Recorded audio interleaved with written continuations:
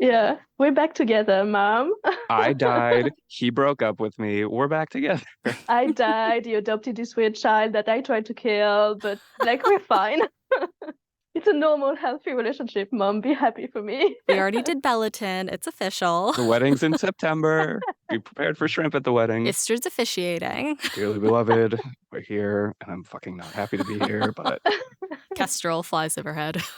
maybe that's how a shard of ice happens. Istrid officiates the wedding. He's like, you know what? Fight me first. They do a whole bottle episode at the wedding. Well, Sapkowski did write about Geralt and Yennefer's wedding as a gift for a friend, so it exists. I think we just did a better one, yeah. Sorry, Sapkowski. I think we nailed it. Just saying, Netflix hit us up.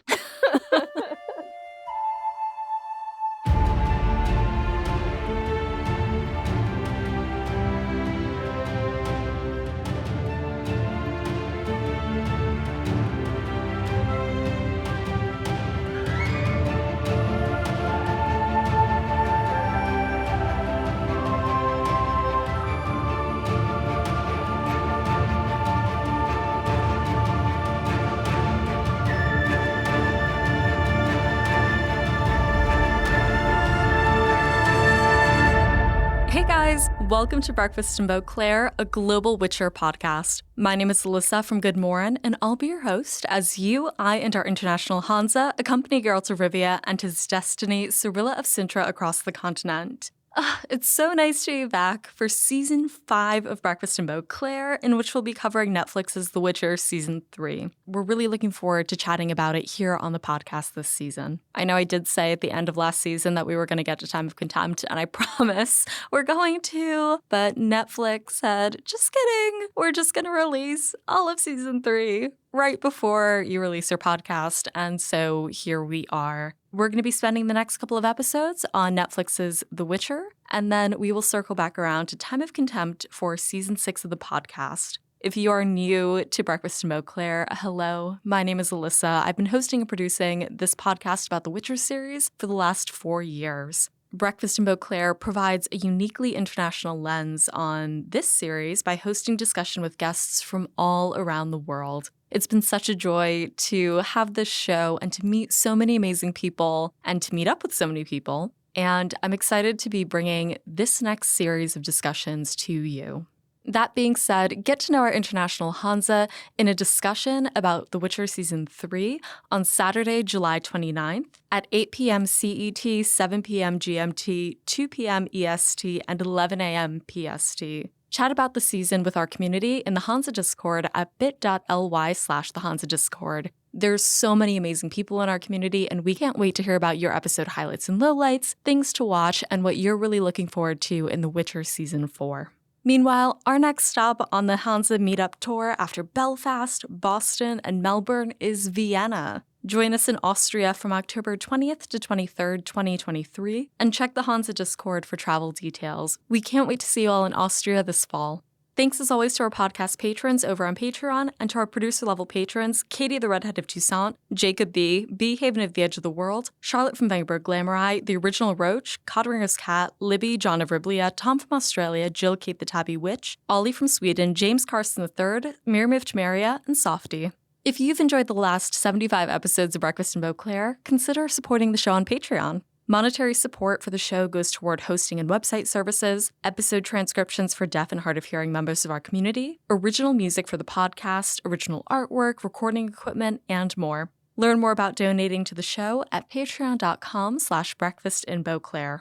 As for this episode, Elsa from the UK and James from the US call in for a pre-premiere discussion of The Witcher Season 3. Join us as we discuss our standout moments from Season 1 and 2, our characters to watch, and our wildest Season 3 predictions. In our mid-episode news segment, Tidings from Toussaint, Larson Witcherflix shares the news on The Witcher Season 3 and even Season 4. Without further ado, let's get to our pre-premiere discussion of Netflix's The Witcher Season 3. Hey guys, welcome to Breakfast in Beauclair. My name is Alyssa, and today we're welcoming back 2 members of our Hanza to the show. My first guest is a French script reader living in London who's working on crossing the line to script writing. You'll recognize her from her previous appearances on Breakfast in Beauclair, episodes 49 and 50, covering 201 A Grain of Truth from Netflix's The Witcher.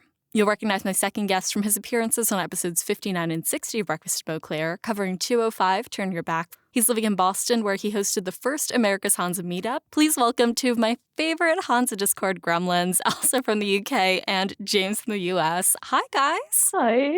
It is so lovely to have you back. We have done so much in the last year and a half since you guys have been on the podcast.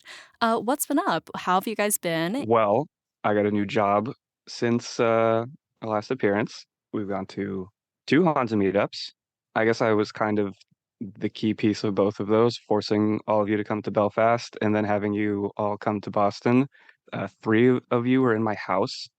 I've graduated from newbie DM. We finished an entire year-long Euros campaign that Elsa was a part of. We're like halfway-ish through an America's campaign right now, and I'm repping for the second Euros campaign, which I'm very just in that world now, and that's all my free time. Yay, congratulations on growing up Thank this you. year. It's been a long journey. It was so exciting getting to meet you, getting to meet Elsa as well over in Belfast and Boston. And Elsa, how was that experience for you, meeting everybody in Belfast? And what have you been up to since? I mean, yeah, it was pretty good because I feel like all I've been doing ever since is meeting new Hanza members, and yeah, a lot of you guys have become very close friends now. And when I last recorded, I don't think I'd met any of you guys in real life, and now I'm literally like supposed to meet Gintare on Monday for a drink because it's just a casual thing now. So yeah, it's been really lovely to get to know you guys and to have an excuse to travel to meet some of you guys. So yeah, to keep playing D&D with James, who was the DM for my first full campaign. So that was really nice, and I was really happy I was really excited to get to be a part of that. That was really fun. And and we created some really special bonds, I think, with the people we played. So that was really lovely. Yeah, it's so nice to see how D&D has just taken off so much within our community and how it's really brought everybody together. So major thanks and props to James as well as to Gary, our OG Hanza DM as well. Yeah. If you are new to Breakfast in Beauclair and you're just kind of popping in because this is an episode about The Witcher Season 3, hi. I'm sorry. Sorry, we're welcoming you into this madness, into our chaos den. But Breakfast in Beauclair is, of course, the name of the podcast. And if you're familiar with the Witcher books, you'll be familiar with this scene in Lady of the Lake that takes place at a Breakfast in Beauclair. And the name for the community around Breakfast in Beauclair is called the Hanza for book reasons. Yay! Our community, our Hanza, has taken to like meeting up in person all around the world. We've done meetups in Belfast, Boston, Melbourne. We're planning Vienna for this October as well. And probably another America's meetup at some point. So I've met both James and Elsa. And yeah, it's been such an amazing part to be part of this community. I just want to say, I will never forget on the last day in Belfast, the first time we kind of all had breakfast together, and Alyssa was like, guys, it's real. It's the Hanza breakfast. And we were at this gigantic table. The longest table I've ever seen in my life. Yeah. I came in early because I was like, there's like 10 of us, something. We need to keep a table. And I was like, I saved the biggest table I could find for you guys. You did the best job. No, we always have a good time. And as I said, it's so nice to see you guys again. It's been a while since we've seen each other in person, but it's always a pleasure. Today, we'll begin our discussion of Netflix's The Witcher Season 3 with our pre-premiere predictions and things to watch. So while we're recording this, we actually have a week to go until the premiere. But at the time of release, the show would have been already out for a week. So these are the predictions that we're recording before the show airs, and we're going to see if we're right. Before we get started, though, here's a quick synopsis from future/present day Alyssa on the last 2 seasons of the show. Cirilla of Cintra, an orphaned princess, comes under the care of Geralt of Rivia, a witcher and a monster slayer. Ciri's royal lineage, her supernatural powers, and her rare elder blood put her at the center of a continent-wide manhunt. Kings, emperors, and sorcerers are after her, alive or dead. In order to keep his ward safe, Geralt took Ciri to the remote Witcher's Keep, GoodMorhen. There, she learned new skills, how to fight people and monsters, including Voleth Mare, one of the spectral riders of the Wild Hunt. The season ends with Geralt's on-and-off-again love, Yennefer, nearly sacrificing Ciri before vowing to help the girl control her powers instead. Meanwhile, war and division ravage the continent, pitting the northern kingdoms against the Nilfgaardian Empire. Nilfgaardian agents have been searching for the Cintran princess, and at the end of Season 2, we discover that Ciri's biological father is none other than their emperor, Emirvar Emrys. The spin-off Ciri's Blood Origin details the conjunction of the spheres and the events leading to the human invasion of the continent. At the center of the story are the stellacite monoliths that dot the present landscape, which are revealed to open portals through time and space. So now that we've gotten a synopsis on the last 2 seasons, it's been a year and a half since the last one. What would you guys say are your standout moments from The Witcher Season 1 and The Witcher Season 2? I think one of my favorite things from the second season was the storyline about Yennefer losing her powers after Sodden. I think it was just it was a really good idea to go there because so much of her self-worth is attached to magic. It's like, oh, for her, that's the only thing that makes her kind of worthy of anything. And we've seen in season 1, like all the things that magic had done for her and all the things that she was ready to do to get more powers. So I think it was interesting to see her literally powerless and have to come to terms with who she really is without them.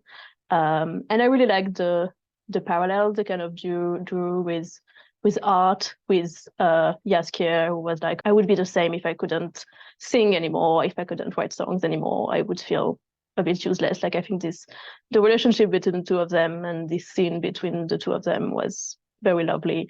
I didn't love the way it ended. Like, I didn't really like the idea of Yennefer having to be willing to sacrifice her life for Ciri to get her power back. Like, it's just a very specific notion of sacrificial motherhood that doesn't super connect with me, I guess. And also I feel like it's a bit early for this character to be at this stage with Ciri, but I still like the idea overall. So I think that's the point that really stood out for me. And also the fact that they gave Francesca and Fringilla a bit more to do than they do in the book. And they really tried to develop their motivations, and the 2 actresses were also really, really good. So I was glad to see a bit more of both of them. Well, I guess I'll take it in the other direction then, because everything that stands out about the first 2 seasons to me are all of the different monster fights. Oh, As great as a lot of the characters in The Witcher are, the thing that separates it from, I think, a lot of other fantasy series, especially these days, is those monsters. Like, sure, we have House of the Dragon, we have dragons, whatever, but yeah. Where else are you going to see Henry Cavill running around in the middle of the night fighting a Striga? Yeah, no, that's true. I think one of my favorite scenes, which I think a lot of people like, but it doesn't really stand out as much, is I believe it's episode 8 of season 1, where I think it's right after he's left Cintra, after he's escaped, and he fights all those ghouls in the woods. Oh, yeah. Just the complete pitch black darkness. Yeah. Like, for a lot of shows that doesn't work, especially they might throw like the blue filter on there and it would just look terrible. But it's just like that's the atmosphere that I want for The Witchers. Yeah, I agree. If it's dark, great. If it's hazy and misty, great. Yeah. If I'm just seeing like a half-second shot of some gross ass monster coming out of the side of the screen, great. That's really what separates this show and the books and the games from every other fantasy series, and I'm very excited to see more of that. Yeah, I agree. Also, in this scene is great because he actually gets hurt. Yeah, he gets fucked up. Yeah, it's really fucked up. So yeah, there's this idea that he's not like a super powered machine. Like he can fuck up and he can actually get in danger. And yeah, I do hope we get more monsters and more cool action scenes as well, more good fights. I think one of the things that stood out to me about The Witcher Season 1 and 2, I think one of my favorite episodes or standout episodes for me was A Grain of Truth. I think particularly because I'd seen it in isolation. But it was such a perfect blend, in my opinion, of book adaptation and new television opportunities. Just because, obviously, in the books, Ciri isn't there, and I think the way that they leveraged her throughout that episode was, interesting and gave a lot for the characters to do and a lot for them to react to. And it brought an additional perspective for both Ciri as well as for Geralt with this story of Nivellen and Verena. So I thought the production on that episode was fantastic, as well as the storyline. And I was really excited to see kind of like where the rest of the season went. I think some of the other standout parts of season 1 and season 2, there's so many characters that I really enjoy throughout both seasons. I think the actors are fantastic. Obviously the main cast, but I love the translation from the books to the show, of really making it an ensemble show and having a really great cast of secondary and tertiary characters that we're still able to follow. Characters that you mentioned, Elsa, like Fringilla and Francesca, who've been beefed out more. Same thing with Flavandrel, who is more than just like a singular character in a short story. He now has like a full arc and a full storyline over the course of multiple seasons. Jeremy Crawford as Yarpen Zigrin as well. We saw a little teaser of him in at least episode 1, Sherwed. So we have that to look forward to. And I could just like run down the list of characters and actors who've done a really incredible job in those 2 seasons that I'm looking forward to seeing again in season 3. And on that note, what are you guys most excited about for season 3 of The Witcher? For me, again, it's these combat scenes. We did see that one teaser, and as much as I just said, I love seeing Geralt fighting alone in the woods, these crazy monsters. Mm. I really enjoyed from that teaser. Everybody's there. Ciri's involved, Yen's involved, Yarpen Zigrin's involved. Yeah.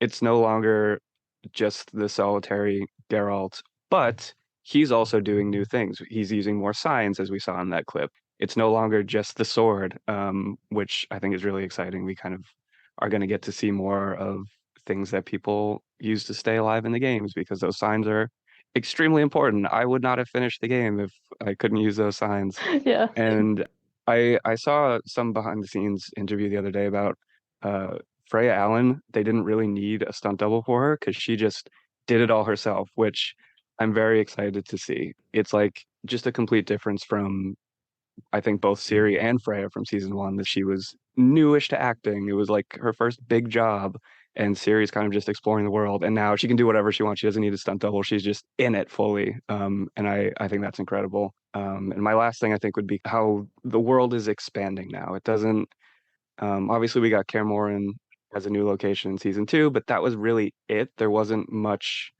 other new stuff. It was a lot of Aretuza, a lot of Cintra as well. So I'm excited to see more locations, more new characters. Everything's bigger. There's more politics, which everybody loves.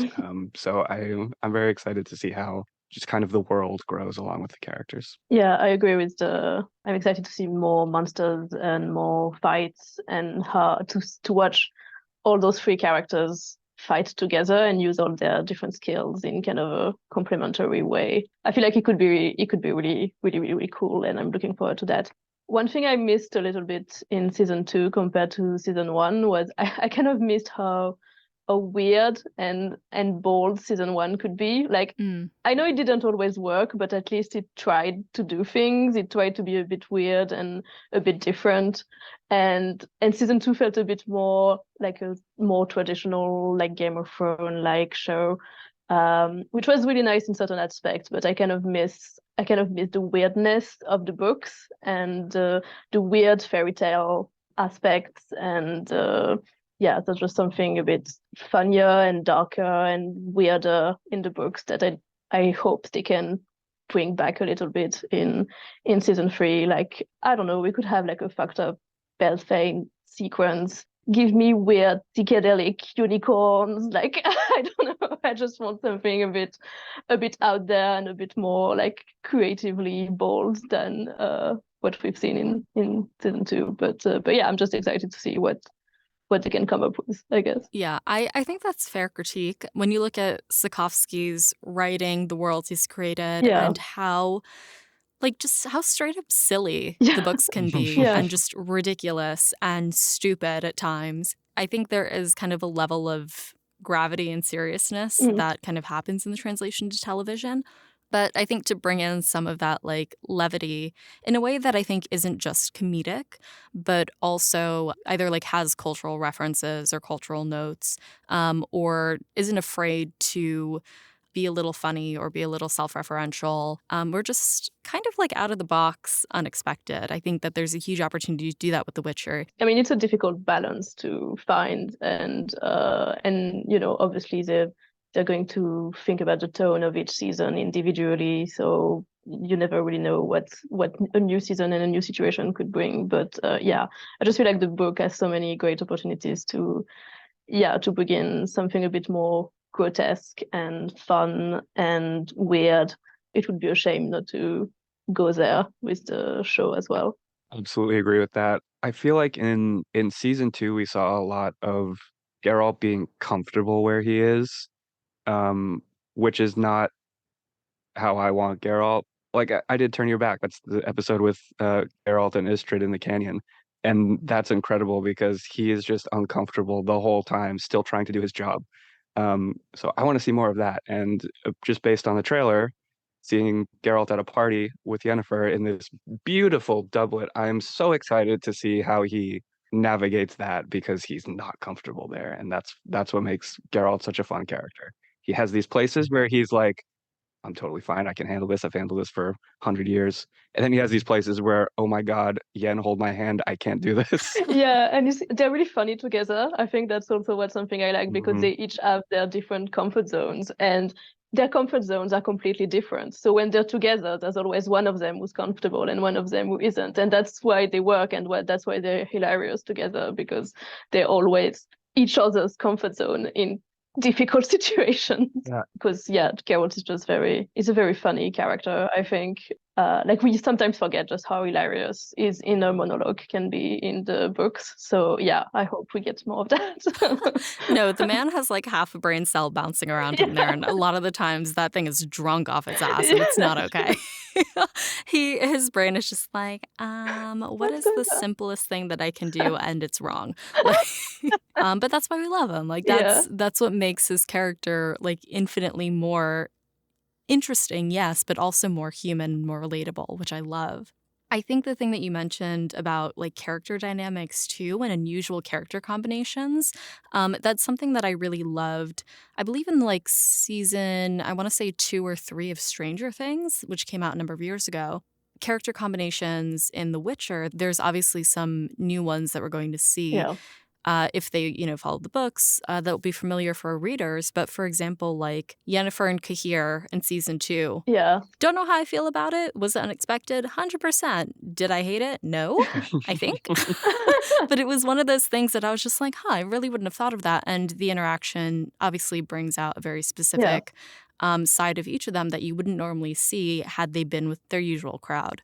So I'm also interested in seeing what are the ramifications for some of those new storylines and plot lines that we didn't have in the books.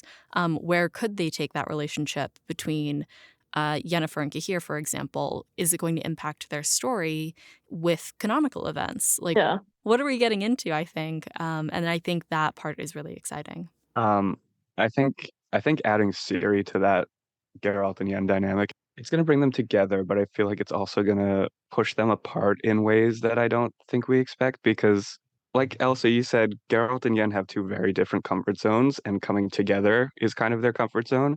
Ciri both at the same time has no comfort zone because her world has been completely turned upside down. She's, wanted by God knows how many different people.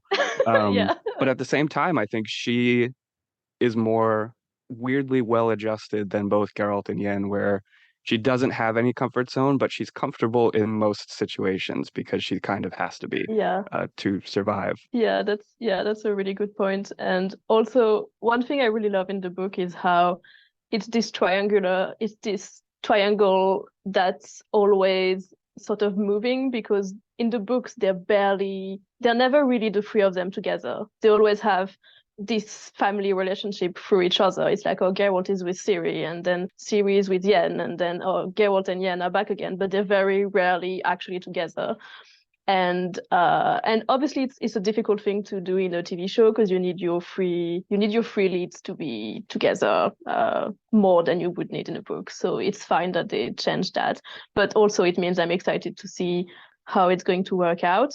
what's interesting is that so Fanet, which the ball which happens in Time of Contempt, is like a big shift in their relationship between Geralt, Yennefer, and Ciri, because without saying too much, it completely shifts the dynamic between them. And I feel like their relationship and all their character arcs are at a different place in the show now than they were in the books. So I'm looking forward, I guess, to see what this event is going to mean for them in the show compared to the books, because obviously it's going to be different. I'm just excited to see what's going to happen. I'm very excited to see them at a ball together because we've seen them both separately at balls. We've seen Geralt with Jaskier at the Cintra ball, and he hates it. He has the worst time. All this political bullshit is going on just way above his head. And meanwhile, Yennefer at a ball is so much more comfortable. She's into it. Yeah. She's having fun, but she's also doing the politics while that ball happens. I think that's in season 1. Yeah. Right before the Battle of Sodden. And I'm excited to see them come together and kind of have to navigate that together. Like, it's a medieval-ish ball. Obviously, there's going to be politics going on. Yeah. Is Geralt just going to like be by the refreshment table eating shrimp, drinking punch while Yennefer's out doing all this stuff? Or is she going to force him to get involved? I'm excited to see how that kind of works out. The scenes are just so hilarious in the book. It's like they're sort of like rebound date where they just go out and they're like, we're back together. We're going to tell each other that we love we're going to say that we love each other over the shrimp bowls. And it's like, you do you, guys. I love you. Put on the act for our friends. Yeah, that's one of my favorite scenes Okay, my bar for Time of Contempt, I'll admit, is on the ground. You mean the best book, Alyssa? You mean the best one? By default, Time of Contempt is my least favorite book, but that's just because all the other books are better. I agree. Ooh. Someone new has completely turned off the podcast at this point. Me and Gary are holding strong. Time of Contempt. We're right. I'm sorry. But for Time of Contempt, Thanedd Ball is one of my favorite scenes. Yeah, and for, I think, part of that reason, like, the setting inherently constrains the characters, what they're able to do, how authentic they're able to be. But you see them come through their personalities and the forced interactions that they have, put them in scenarios in which you wouldn't normally see them, so it colors another side of their personality, which I think is so much fun. But yeah, you have really stupid moments, like Geralt blushing so hard he has to hide his face behind a piece of lettuce. Haven't we all done that? We've all been there. Like, come on, canonically, that happens in the books, and it's also very stupid. Like, you are a grown man. Yeah. Calm yourself.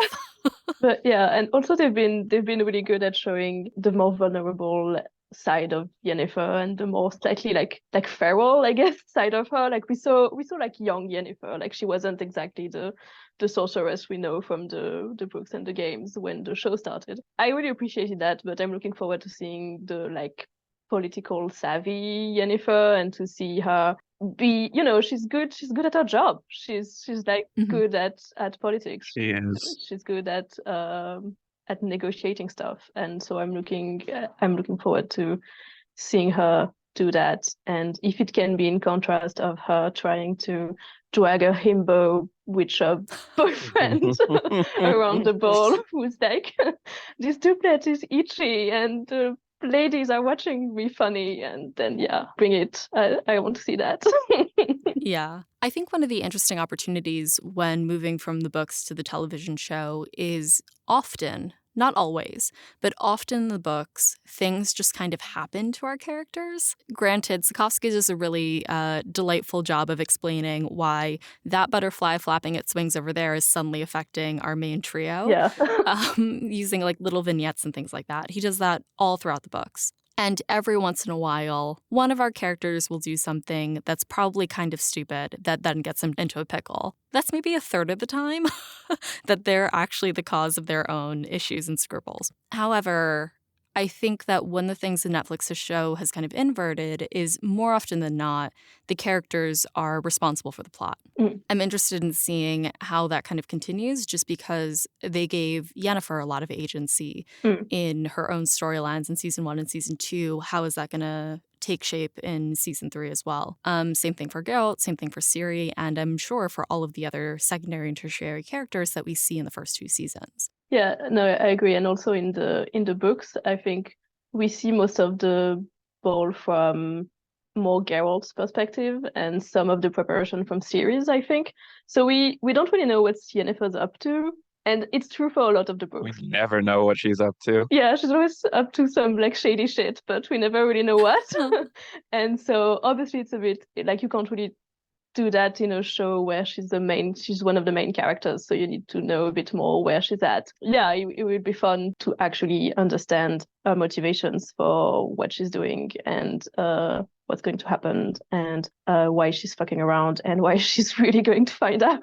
And I guess on that note, as we've been talking about all the characters from this season, the last 2 seasons, who would you say is your character to watch for season 3 of The Witcher? For me, it is Philippa Eilhart. I Mm. think it's a generally agreed upon disappointment a bit that she was pretty much just an owl for the entirety of season 2. I think a lot of us were really excited that she had been cast. Cassie Clare is great, but she really only had one scene as herself, kind of at the very end of the season. So, as we've talked about a little bit, with the expansion of these politics, more wheels start turning, things start happening. Philippa, I think, is going to have a very large hand in that. I'm very excited to see her chemistry with Graham McTavish. Mm. Anybody can have great chemistry with Graham McTavish. Yeah, that's true. but her especially, I think, him as Dykstra and her as Philippa will really bounce off each other well. Season 3 is, and at this point in the books, is kind of where things start happening on the sorceress's side. Yeah. Especially in the show, they've had Stregobor kind of taking, the lead role there. It's been Stregobor kind of butting heads with Toussaint, and Vilgefortz is coming every once in a while and be like, "Hey, I'm pretty good too." But this is kind of where you see Philippa take a little bit more control, and I was excited to see that in season 2, and it didn't happen because she was an owl. But I do love the way they kind of seeded that owl throughout things. She was in Cintra, Yeah. talking to Dara, I guess. I don't know, advising him. So we know that she's kind of had her hands on the wheel a little bit, but I think this is where she's going to really like step on the gas and hard turn left. And yeah, I'm very excited to see more of Cassie Clare. I think she's going to absolutely crush it. Philippa is such a beloved character, I guess. Yeah, we love Philippa. She's incredible. People love Philippa. She does some wild shit. That's why we love her. So, I'm excited to kind of see that iconic character start to develop. Yeah, I agree. She's an amazing character in the book and in the game as well. She's just very funny, and I just hope she's as flamboyant in the show as she is. It has to be. Seeing what Dykstra is wearing all the time, I think Philippa picks out his clothes. Yeah. I think that they could push it further. I want to see them get more extra, the two of them. Oh my God, yes. I want them to be the most iconic, fabulous couple at the ball. Obviously, I think Elsa and I both have this large attachment to Graham McTavish from his appearance in Outlander, where he's the opposite of like flamboyant, cool, crazy extra guy. But Elsa, have you watched Men in Kilts, the travel show he did with Sam Heughan? So they went to Scotland together, traveled around Scotland, just like having the time of their lives. Graham McTavish is the opposite of Dougal Mackenzie. His own personality is the most outrageous, wonderful, just crotchety, old, sick of Sam Heughan's young ass kind of guy. And I really hope they throw that in a little bit into Dykstra, just because Dykstra in the games where he has kind of this bigger role is like, you don't want to mess with him, but if you were on his side, he would be like the most fun friend you could have. He's just like, I hope they put a little of that into the show version, because Graham can destroy that. He's a really fun character in the game. Like he's fun to be around, and as you say, Graham McTavish is incredible. And yeah, let them shoot that scenery, baby. Mine would be, I think, on top of these two, Toussaint. They did a really good job in establishing a relationship with Yennefer and how she's kind of this mother figure to her. And obviously, if you've read the book, you know that it's going to lead to Time of Contempt. And so I'm excited to see that and to see how their relationship is going to evolve. And Also, obviously, without saying too much, she has a very important scene in the book that I hope they're going to pull off. Yeah, I think it's one of my favorite scenes in the books. It's my favorite scene, 100%. Yeah, it's just incredible. And in the book, it's quite strong because you don't know that much about this character. Mhm. And this scene is the moment where you get to really know her in a very ambiguous way. And so it kind of gets you thinking and you're like, oh, what does it mean? Why is she doing that? Who was she? And the show obviously is going to take the opposite view of, we know her quite well. We know her motivations quite well. So I'm intrigued to see how they're going to make it work in the show, how they're going to make it hopefully as impactful in the show as it is in the book, because she deserves it. Toussaint was one of my biggest surprises from The Witcher Season 1 and Season 2. I felt similarly about the scene that we're all talking about in Time of Contempt. It was an incredibly powerful scene. I loved it, but I didn't have any emotional investment into Toussaint prior to that scene. Yeah. Like all of her scenes in Blood of Elves, which we've spoken about, I believe in Blood of Elves chapter 5, if I remember correctly. We meet a couple of characters, including Toussaint, there for the first time. And so between those two books, I personally didn't have a lot of acknowledgement or a ton of interest in the relationship between Toussaint and Yennefer. But all of that is completely inverted with the show because I think Mayanna Buring is incredible. First of all. Yeah, she's great. And they've done a really great job of establishing the history and the legacy of her relationship with Yennefer. And I'm sure we're going to see how that plays out. And hopefully, if we do get that scene from Time of Contempt for Toussaint, it's done in a way that has a lot of gravity and impact. And also in the book, you're like, you don't necessarily understand why Yennefer did what she did at the ball. But in the show, we understand the very strong relationship she has with Toussaint, and you understand that she trusts her. And you understand that it's going to be a very big dilemma for Yennefer to decide, can she trust Toussaint or does she need to go her own path? And which choice is she going to make? Yeah, it should be pretty heartbreaking. So excited for that. Yeah.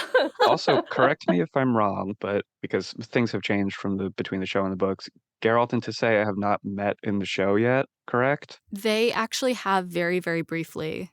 They did at the beginning of season 2, Right, in they episode did. 1. It was like the opening shot of Toussaint and Geralt on the same battlefield. And I think Toussaint acknowledges later in the season that she had seen and met Geralt and Ciri. She's the one who tells him that Yennefer died at Sodden. So I was going to say, I was excited to see Yennefer introducing her mother to her boyfriend, but, I guess they already bonded through her fake death, so... I mean, I think that still has to formally happen, Yeah, though. it does. We're back together, Mom. I died. He broke up with me. We're back together. I died. You adopted this weird child that I tried to kill, but we're fine. It's a normal, healthy relationship, Mom. Be happy for me. We already did Bellatin. It's official. The wedding's in September. I think as far as my character to watch, I'm going to go with Rince, my favorite Chaos Boy, who Chris Fulton made genuinely scary for season 2. So that was unexpected and also incredibly, incredibly rude. And genuinely sexy. I was expected to shit on this character for the rest of time, and Chris Fulton made that incredibly hard. But between seasons 2 and 3, we actually have a recast for that role. So Rince will now, instead of being played by Chris Fulton, who is, I think, on Bridgerton duties for the rest of time. And Bridgerton. Our new Rince is Sam Wolf, who we'll see in season 3.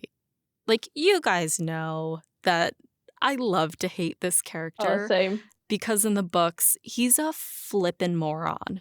Like, Rince is a dum-dum. I wrote in my note, I want to see Rince be incompetent. That's literally all I want. I need the gravity of how dumb this character is sometimes. Yeah. And I would love that for me, personally. You deserve it. To be able to see that on screen. I support you. He's like a weird, bizarre farce of a character and a caricature, with everything that Chris Fulton brought to the role and with the way that the plot was structured and the fact that he was the season's bad or one of two big bads. Haha, Volithmir. We can see that they might be setting him up on a very specific arc. With what we said earlier, it'd be nice to bring in some of that ridiculousness from the spirit of Sapkowski's work into the show. Yeah. I don't know if Rince is a vehicle for that anymore, but he's still a character for me to want to watch in season 3. Yeah, I feel like he can be ridiculous and scary. There's nothing more scary than a very incompetent person who's in charge, you know? Oh, yeah. No, Elsa, that hurt. Why would you say that? You're the one who like started it with the whole I want my book read. Well, here it is. No, you're right. Incompetence is really scary when it's combined with power. But yeah, I feel like there's a way to make him still be the bad guy and still be kind of shitty at his job. I hope for your sake and all of our sakes that it happens. Yeah. Before we continue our discussion, we're going to hand it over to Lars from Witcherflix for recent news on the Netflix show. When we come back, Elsa, James, and I will continue our pre-premiere discussion of The Witcher Season 3.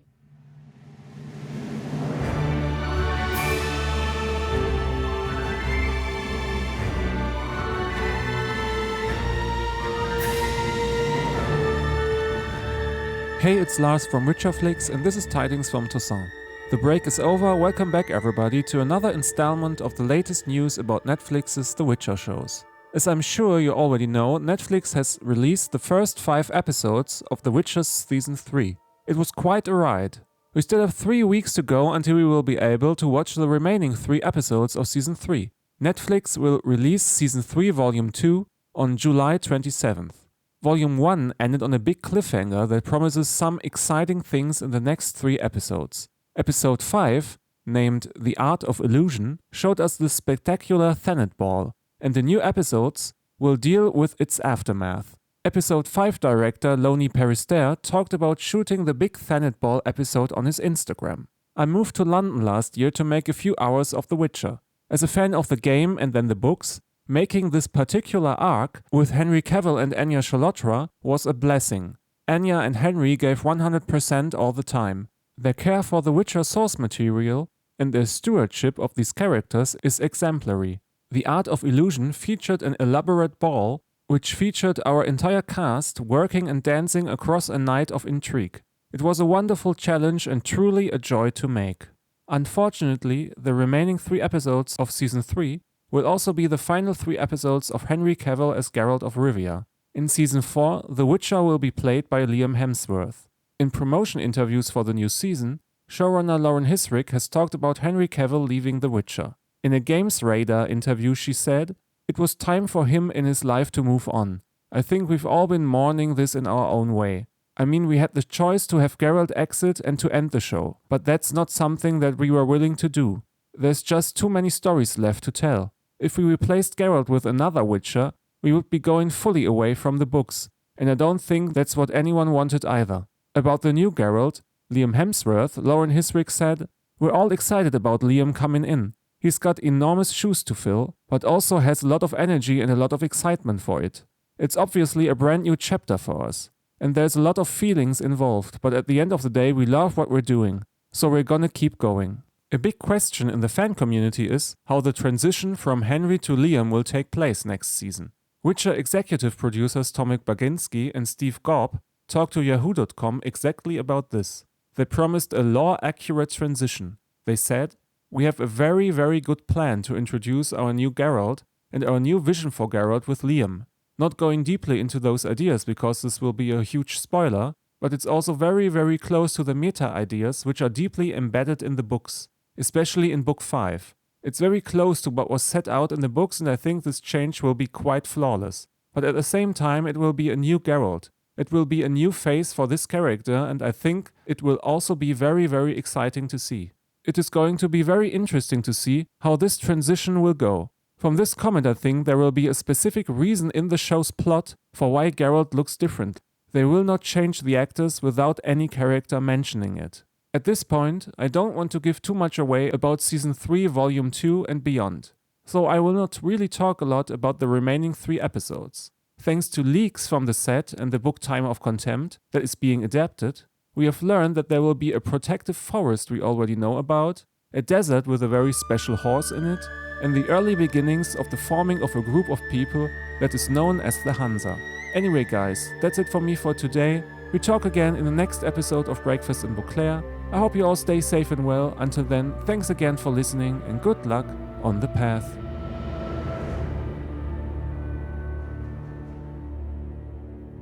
Hey everyone, welcome to our listener call-in segment, Dear Friend.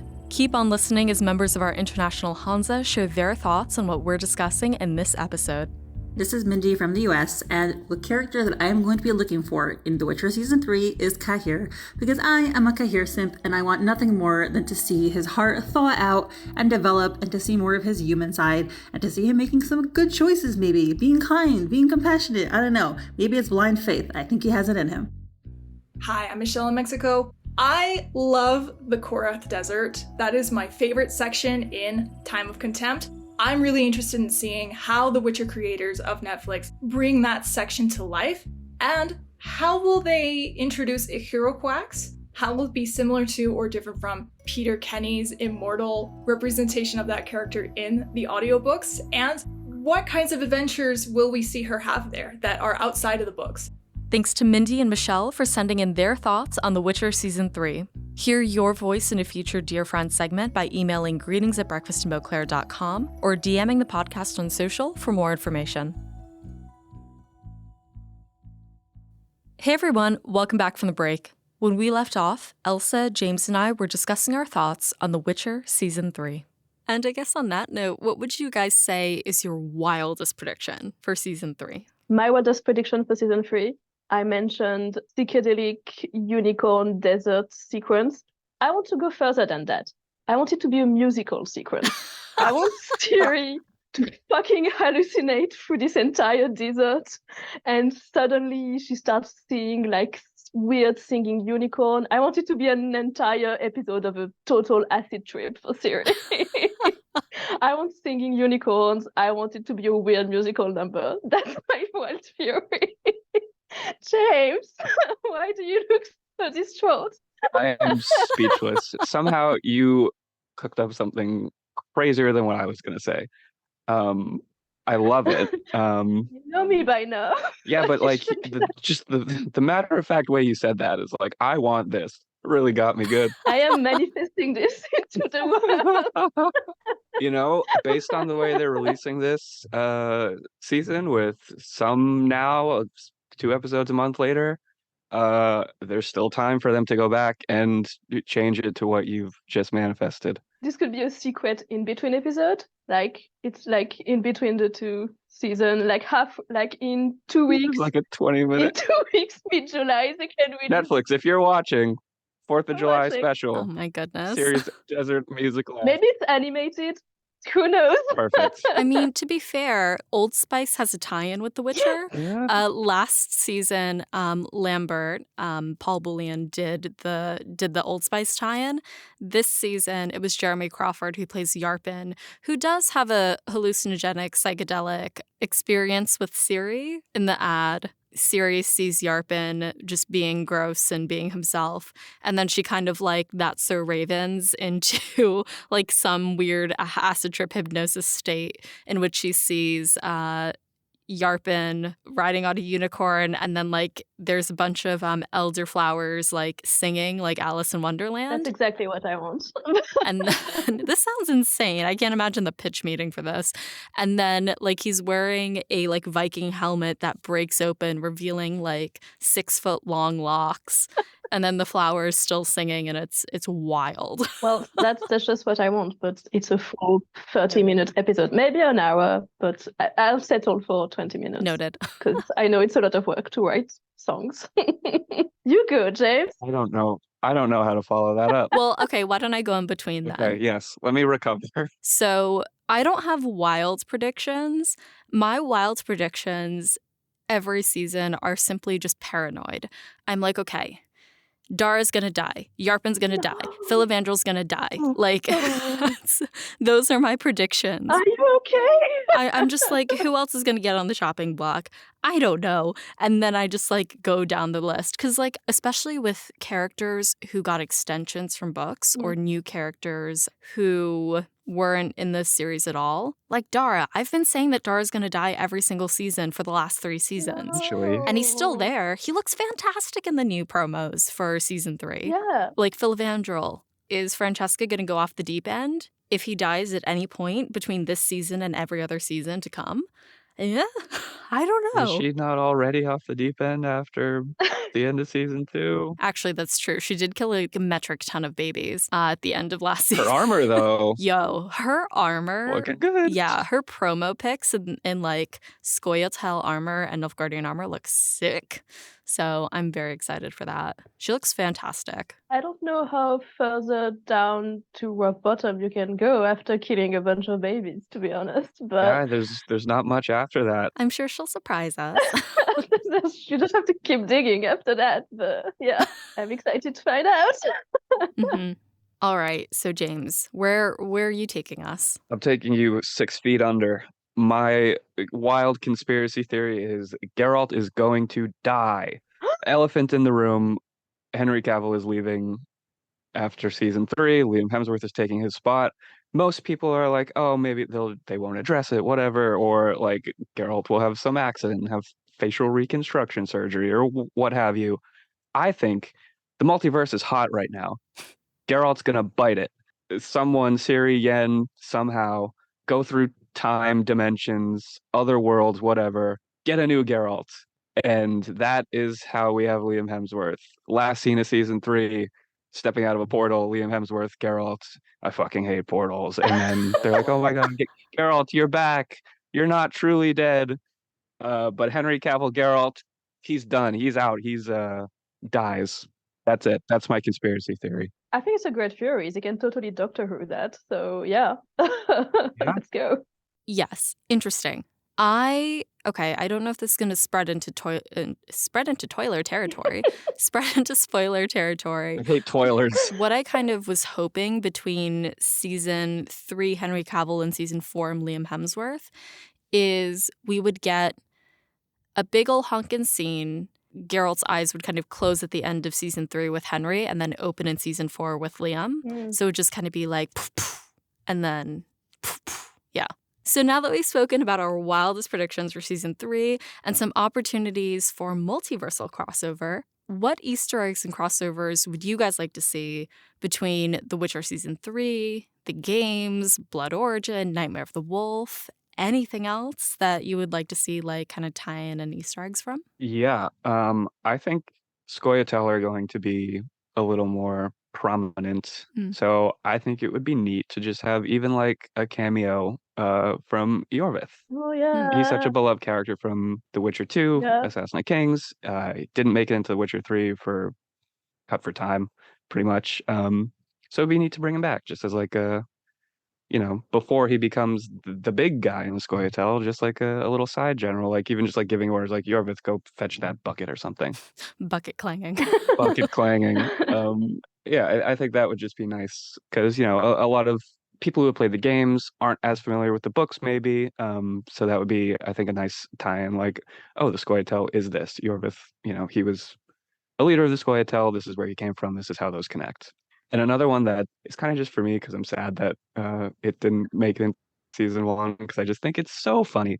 Now that the little Sherwed caravan with Yarp and Ziggurin is happening, I would love if Yarpin just says like, oh yeah, last time we took this road, we were traveling with a sorceress who was just sick the whole time. It was such a hassle. It's so dumb, but it's so funny to me that just Triss just was out of it for that entire trip, shitting everywhere, puking everywhere. I just want like a little reference to that. Like it doesn't even have to be Triss, just like another sorceress. We were hired to take her, and that would just make me happy. And that's what's important. I agree. We touched a little on mine already, but in the books and in the games, I love the running gag of Geralt always getting dragged by some powerful woman who forces him to wear a very tight, shiny outfit to a social event.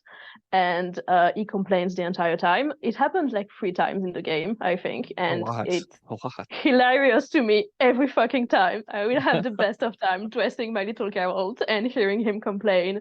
And I just love it so much. It's my favorite thing. So I just hope they go there in the show because it's hilarious. It's hilarious for me, and I think that's important. We need like a little like get ready with Geralt and Yen scene because I think in season 1 it just like Geralt and Jaskier were talking about the ball. Yeah. Cut to it, he's there and like, oh, I hate this. But I want to see Yen like holding up outfits to him. Like, does this look good with your weird ass eyes? Siri can have an input. Yeah. I want to see them dressing this man, making sure that he looks presentable for the biggest ball the continent's ever seen. Yeah, I want the makeover. I want the, opening the changing room and closing it montage. The montage. Yeah. Would a hat look good? I don't know. And Siri and Yen are like sitting, being like, It's like that scene in like Beauty and the Beast where like the parlor does the Beast up and he's got like the huge massive curls. With the little bows. So that would bring me a lot of joy. My other more serious one is Keira Metz, who is not that much into the books, but she's a big character in the games. I love Keira. I think she's lovely in the games. And so I wonder if it would be fun to have a bit more of her in the show than she's in the books and to see what's like if they make her quite similar to how she is in the game or if they go an entirely new direction. So yeah. Geralt goes to all these balls and he has these incredibly powerful sorceresses lording over him with all their power and their strength. Relative to them, Keira is pretty sweet. Is she? A little bit. She has her own Isn't agenda. she the one who's obsessed with getting pregnant at the ball? Well, yes. I'm thinking like Witcher 3 Keira. She's nicer, I think, than a lot of the sorceresses, especially to Geralt. And I think a lot of that sweetness might have been put onto Triss, which is why I'm not quite sure what kind of Keira we're going to get. But we'll see. I'm also very excited to see her. Yeah, that's a good idea. But yeah, she's a fun character, so I'm wondering what they're going to do with her. Yeah, I think for me, I'm expecting to see some Easter eggs from Blood Origin. Just because Blood Origin came out between seasons 2 and season 3, of course. So I'm sure that we're going to get something. I thought the songs in Blood Origin, which were written by Bear McCreary and Declan DeBar, I think did quite a bit of writing on them as well. I thought a lot of those songs and the soundtrack was really lovely. So I think it'd be nice to like see or hear some of those themes or some of the lyrics as they're kind of getting passed down through the centuries to the present day continent. Yeah. I think that would be a really cool Easter egg is those lyrics and that music. As far as something that I'm just like, I just want this. Give me a tabletop role-playing game for Thanedd. Give me a one-shot for Thanedd. I would want that so bad. I think that would be so much fun to just like have that without going into any spoilers, but to have that event at that scale with just like a mess of characters.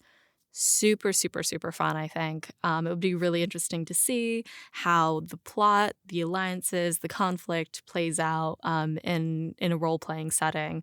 Someone make that. I'll get to work on that. Admittedly, if I played it, I would be with Geralt by the shrimp table, not associating with anybody. I'd be too scared. I'm like, would I be in the basement? That would be like, without spoiling everything that happens at that ball, that's like a DM's dream. Yeah. Like that is a perfect one shot. That is an incredible idea, Alyssa. I love that. Let's do it. Thank you. And money, please. Money, please. And I guess as we kind of like start to wrap up our conversation, we've spoken a lot, of course, about The Witcher Season 1 and 2 and The Witcher Season 3, but why would you say that people should watch the next season of The Witcher? There's a lot of interesting, exciting things that happen in the book, so it should be an interesting season. And I'm like you, Alyssa, it's probably my least favorite book because the pace is a bit weird, but also there's so many exciting things that happen that I'm excited to see. Like I almost feel like it could work better in a TV show than in a novel. So I'm excited to see that. and now all the book fans are going to hate me. And yeah, and I don't know, it's still a fun fantasy show, and clearly we have a lot of thoughts and feelings about it, and we all love talking about it.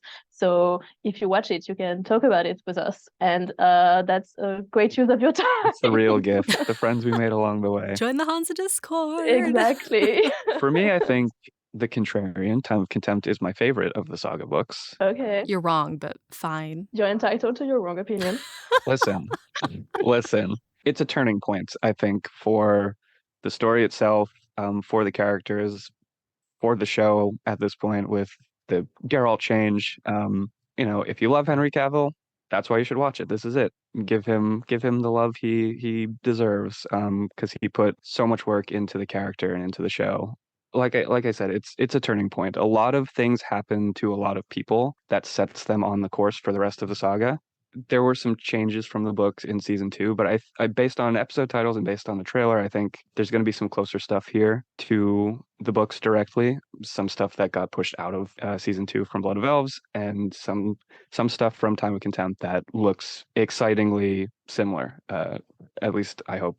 It's a time of contempt. It's also a time of change. Things are going to go crazy for our little 3 heroes, and Jaskier, who is a 4th. I feel like he's as much of a lead in the show as the other 3. Yeah. So things are going to change for them, and I'm excited to see how we get into the next stages of the saga.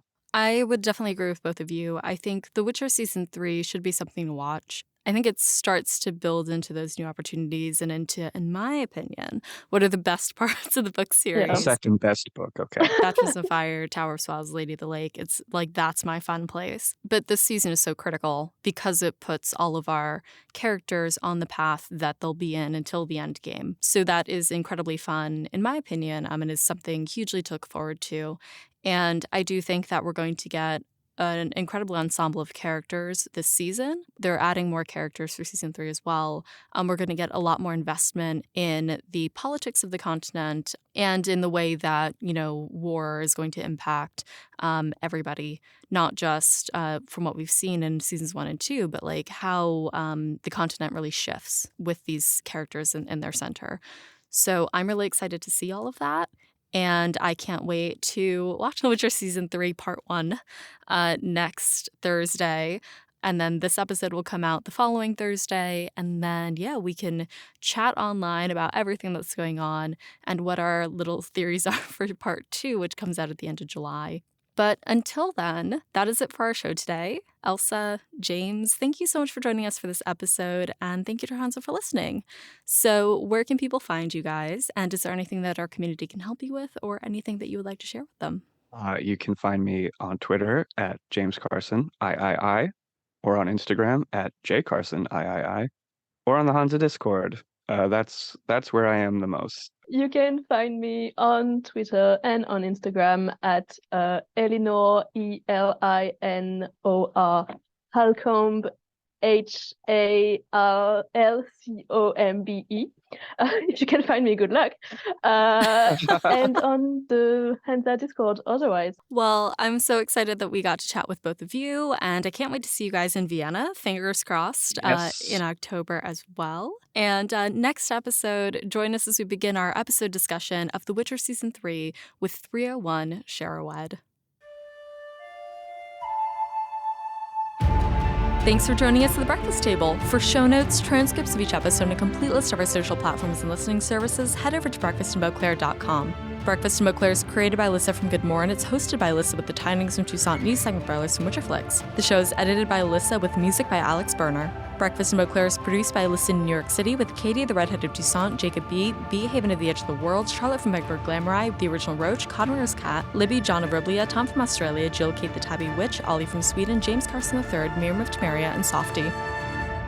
Special thanks to Elsa and James for joining us for this episode, and our international Hanza for their support.